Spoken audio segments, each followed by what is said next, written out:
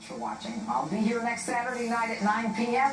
You won't want to miss it. It's going to be an exciting week.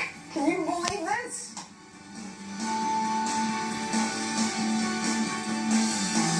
I'm Chris Wallace. With just over a week till Election Day, a campaign bombshell.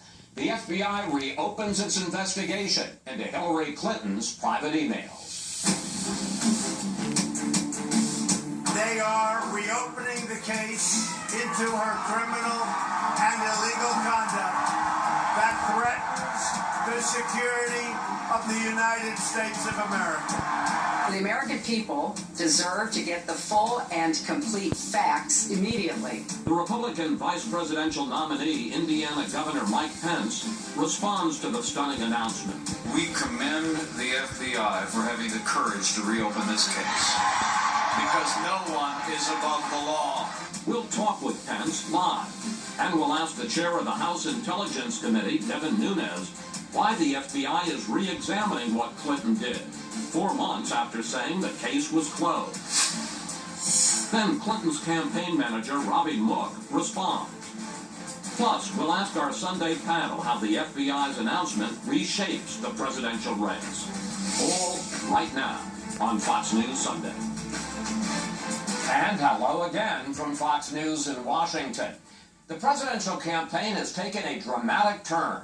With the FBI announcement, it's reviewing new evidence in the Clinton private email case.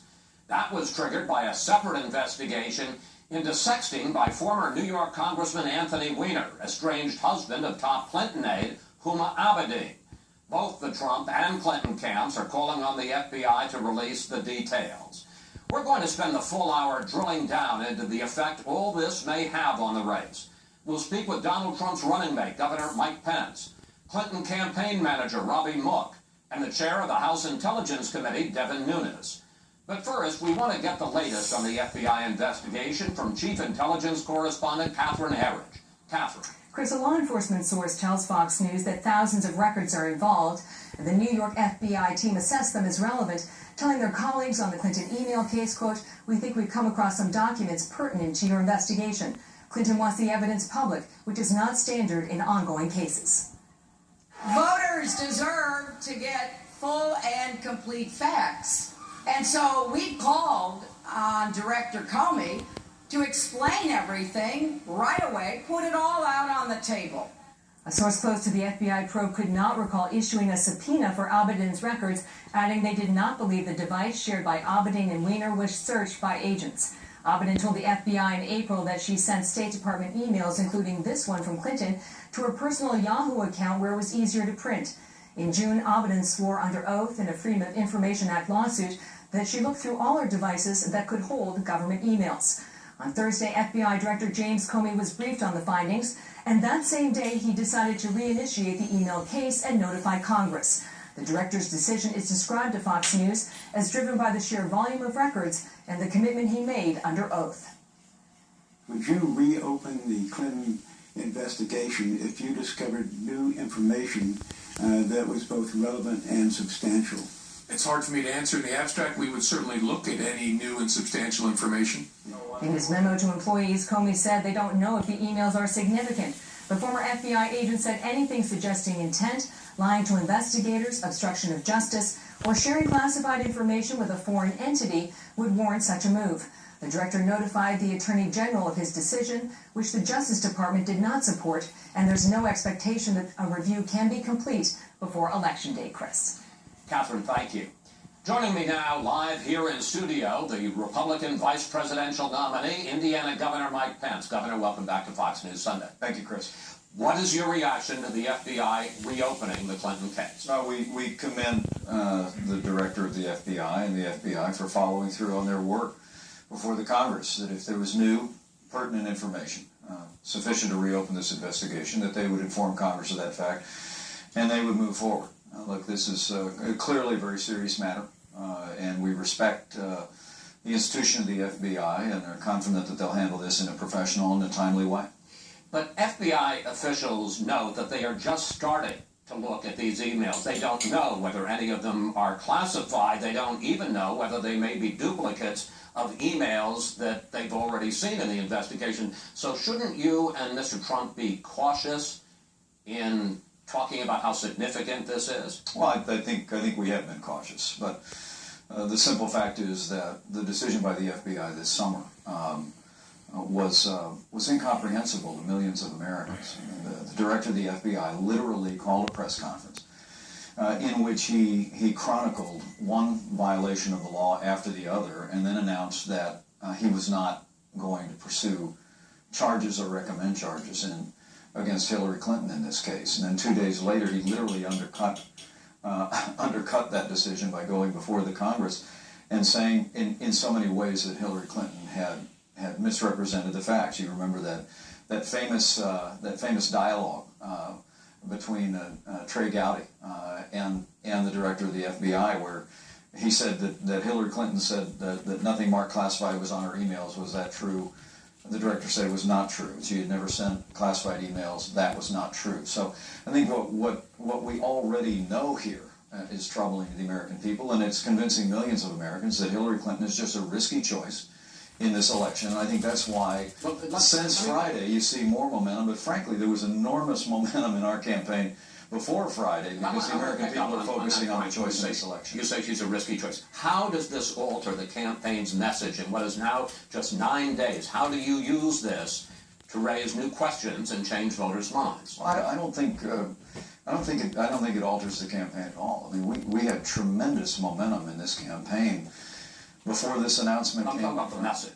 Well, the message is very, very, very simple. That the American people have been troubled about the fact that Hillary Clinton continues to refuse to turn over some 33,000 emails. But beyond that, it's Hillary Clinton's record as Secretary of State that weakened America's place in the world. It's her desire to continue the failed economic policies of this administration that have literally stifled the American economy. The news on Monday that Obamacare premiums are about to go up 25% next year all across the country on average is deeply troubling to the American people, and Hillary Clinton's commitment, as she said to you in that presidential debate, to have people on the Supreme Court that represent a particular viewpoint as opposed to people on the court who will strictly construe and uphold the Constitution. That's our message. That's why people are rallying around Donald Trump, and I think it's why you see the polls closing so dramatically. I want to get back to this question of the FBI announcement, because the fact is, as you try to press your case in these final 9 days, your campaign has a big money problem, and I want to put it up on the screen. As of October 20th, the last filing date, the Clinton campaign had $62 million cash on hand. The Trump campaign had just $16 million, with Trump donating only $31,000 in the first half of the month. Now, Trump announced Friday that he's kicking in another $10 million, but you're still way behind, and Trump is way short, a third short of the $100 million that he had committed or promised he was going to commit to the campaign. The question is, has he told you that he's going to put a lot more money in this campaign in this last week now that you have this new revelation? Well, I think, I'm grateful for the extraordinary generosity that Donald Trump and his family have continued to show to this campaign. And but has he told you he's going to put more money in? He's made it clear we'll have the resources we need to drive our message. But look, from the outset of this campaign, Hillary Clinton has had most of the media, the money and the special interests on her side, but Donald Trump has made a connection with millions of Americans because he's talking about making America stronger, making America more prosperous. And the remarkable thing is, against this avalanche of paid advertising in states around the country, you still see tremendous momentum in this campaign. And it's really important to say, Chris, before Friday's announcement, literally you saw tremendous momentum as people are coming to the polls. Here's the problem. We're seeing absentee ballots in key states. But Governor, here's the problem. One of the big concerns that a lot of voters have about Donald Trump is his temperament. I just want to show how dramatically he changed his mind about the FBI and Comey in just a few hours on Friday. Here he is. The FBI rolled over, and the Department of Justice rolled over. I have great respect for the FBI for righting this wrong. For weeks, Trump has been saying that the election is rigged. Now, in the course of a couple of hours on Friday, he says, well, maybe it's not as rigged as I thought it was. Is that presidential? Well, I think what you see here is an example of real leadership. I mean, Donald Trump. Wait, how's that leadership to say? In other words, the argument, sir, the argument that you could make is Comey, whether you liked it or not, made a good faith decision last July. He made a good faith decision on Friday, and neither of those show it's rigged. But Trump was ascribing the worst possible motives to it. Oh, that's because we thought the investigation should never have been closed, Chris. And Donald Trump, the reason why he's appealed to people all across this country, the reason why you see the momentum in his campaign, is because people find in Donald Trump someone that just speaks his mind straight, it tells people exactly where he stands. And it was just incomprehensible this summer when the director of the FBI came out and, he literally indicted Hillary Clinton in the press and then said, we're not recommending that she be indicted. When anyone in the service, you've got General Cartwright and others, people have done a fraction of the number of things that Hillary Clinton has done in the mishandling of classified information have been prosecuted. And frankly, as I said in my vice presidential debate, if my son or Tim Kaine's son had mishandled classified information the way that Hillary Clinton had and the FBI said she had, they would at least have been court-martialed. It was incomprehensible. Donald Trump continued to make that case. But now with new information, I think we all want to recognize that the FBI stepping forward at this moment has demonstrated real integrity to keep their word to Republicans and Democrats in the Congress and say we have found what's being described now as a volume of information, of new information, and that we have reopened the investigation. And it's important that they told the Congress that before this election. We're confident that they'll work through that in a professional, timely way. But you said, Governor, that Trump, and one of his strengths, you say, is that he speaks his mind. You've got a lot of ammunition going into this final week. You've got this new investigation by the FBI, or at least its review of the emails. You've got the WikiLeaks and the revelations about the Clinton Foundation. You've got the Obamacare premium spike that you've just mentioned. But Trump gets so easily